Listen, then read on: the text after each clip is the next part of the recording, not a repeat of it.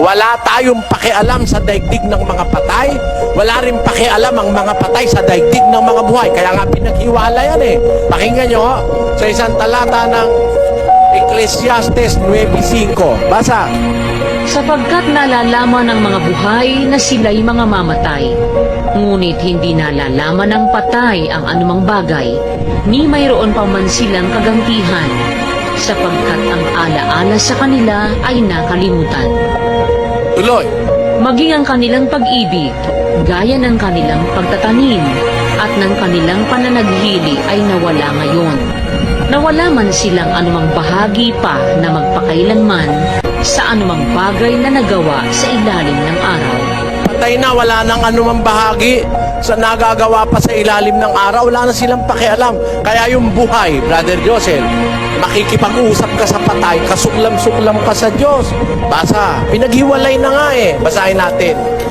Huwag makakasumpong sa iyo ng sino mang nagpaparaan sa apoy ng kanyang anak na lalaki o babae, o nanghuhula, o nagmamasid ng mga pamahiin, o engkantador, o manggagaway, o engkantador ng mga ahas, o nakikipagsanggunian sa mga masamang espiritu, o mahiko, o sumasangguni sa mga patay.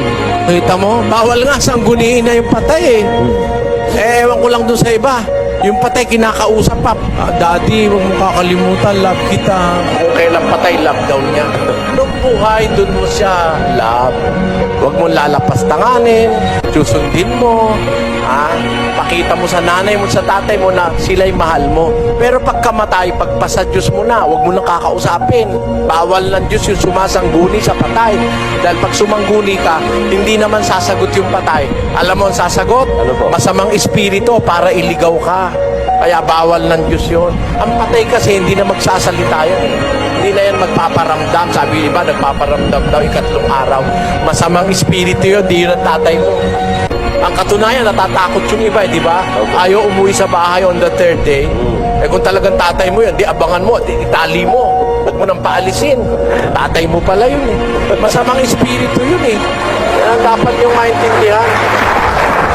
Kaya, alam nyo, marami tayong paniniwala. Kaya natin napaniwalaan, wala tayong malay sa Biblia. Basahin natin ang Job.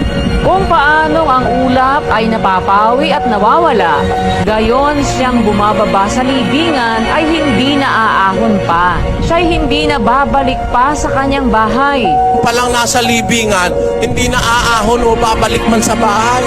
Eh, nagpapamisa, nagpapadasal, 40 araw, 40 gabi para bumalik sa bahay. Eh, hindi naman talaga babalik yun eh. Kaya nga ayaw ng Diyos, ang taong buhay, sasangguni sa patay. Kasi, inihiwalay niya na nga yung patay sa buhay.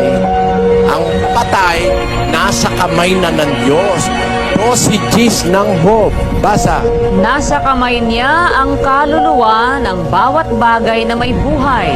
Ayun, nasa kamay na ng Diyos yung pagpasa Diyos mo na. Huwag mo nang ipapanalangin. Huwag mo na rin aalayan ng kandila. Bakit? Nasa kamay na ng Diyos. Kaya mo na ron. Mas alam ng Diyos ang gagawin niya kaysa sa'yo. Tama? Tama po. Ay, naku. Tayo nililigaw lang. Kaya yung natatakot, babalik daw ikatlong araw, eh yung masasamang espiritu, nakita, tatakot ka, tatakutin ka nga. Makakaamoy ka ng kandila, mga bulaklak, tuyo.